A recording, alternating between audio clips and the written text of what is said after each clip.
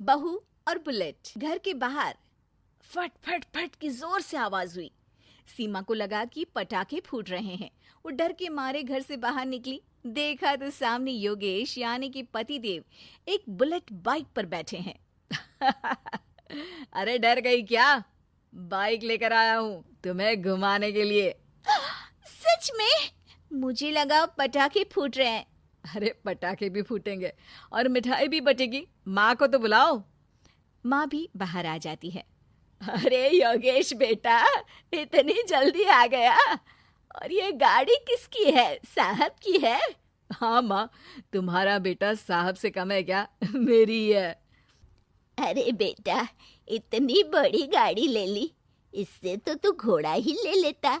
महंगी पड़ी होगी ना? माँ महंगी सस्ती छोड़ो और मिठाई लाया हूँ, गांव में बंटवा दो। अरे बंटवा क्यों दो? पीछे बैठो, गांव में बांट कर आते हैं। सब खुश थे।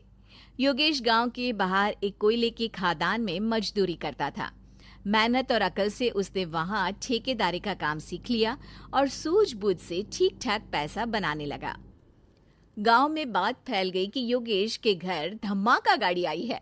ऐसी गाड़ी पहले कभी किसी ने गांव में तो देखी नहीं थी। योगेश और माँ गाड़ी से वापस घर आ जाते हैं।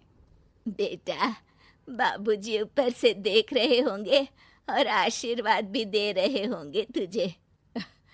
वो होते तो उनको भी घुमाता माँ। पूरे गांव में नाच नाच के मिठाई बांटने जाते।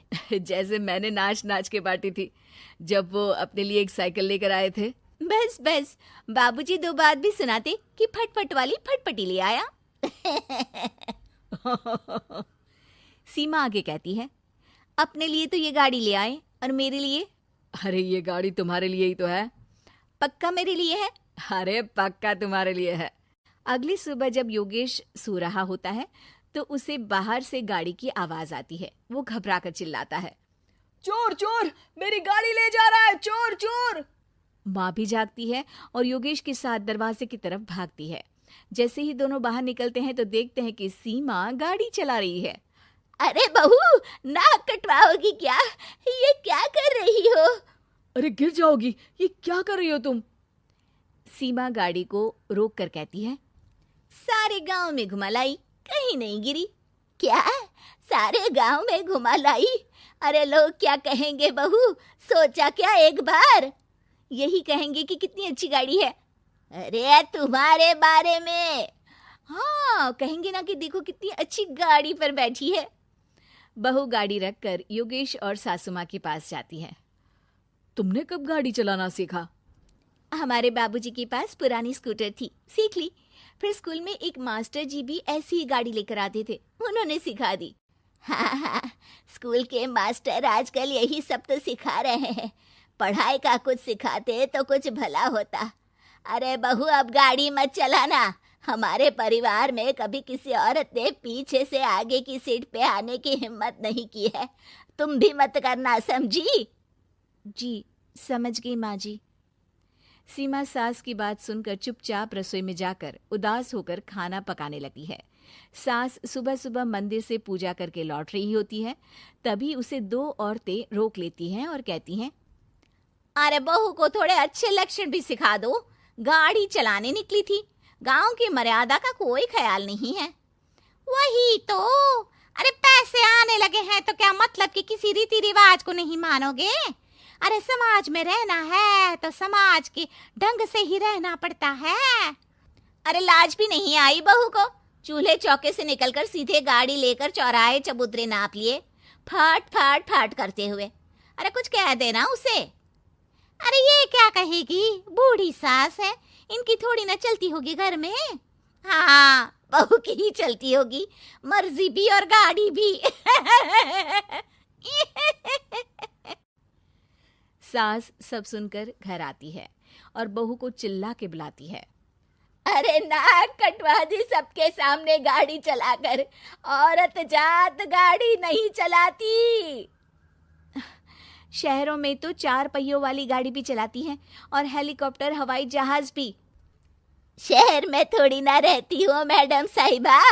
आज के बाद गाड़ी से ही नहीं, यूं भी निकलना बंद तुम्हारा घर से। माँ सही कह रही है। कहीं भी जाना हो तो मुझे बता देना, मैं लेकर चलूंगा।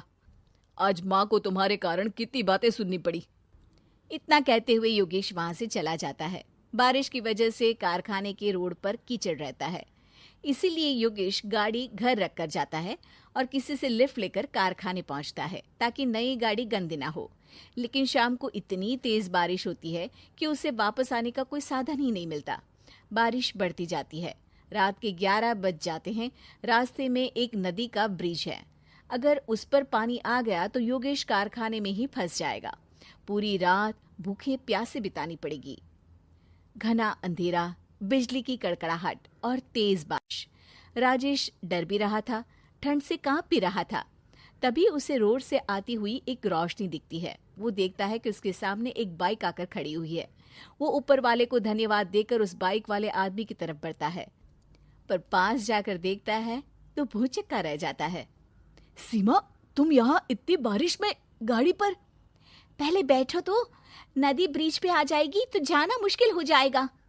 योगेश गाड़ी के पीछे बैठता है। सीमा गाड़ी चला रही है। मैंने तो तुमको पहचाना ही नहीं। गाड़ी की आवाज तो पहचानी होगी ना। अरे पर मुझे नहीं पता था कि तुम आओगी। अच्छा किया कि तुम आ गई। माँ नहीं आने दे रही थी, पर हमेशा पति पत्नी की रक्षा थोड़ी ना करेगा, पत्नी को भी तो करनी चाहिए। योगेश को सुबह अपने किए पर पछतावा होता है। उसकी आंख में आंसू आ गए जो बारिश की बूंदों में बह गए थे।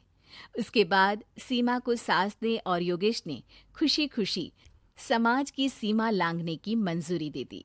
अब वो जहां भी जाती फट फट फट गाड़ी पे ही जाती।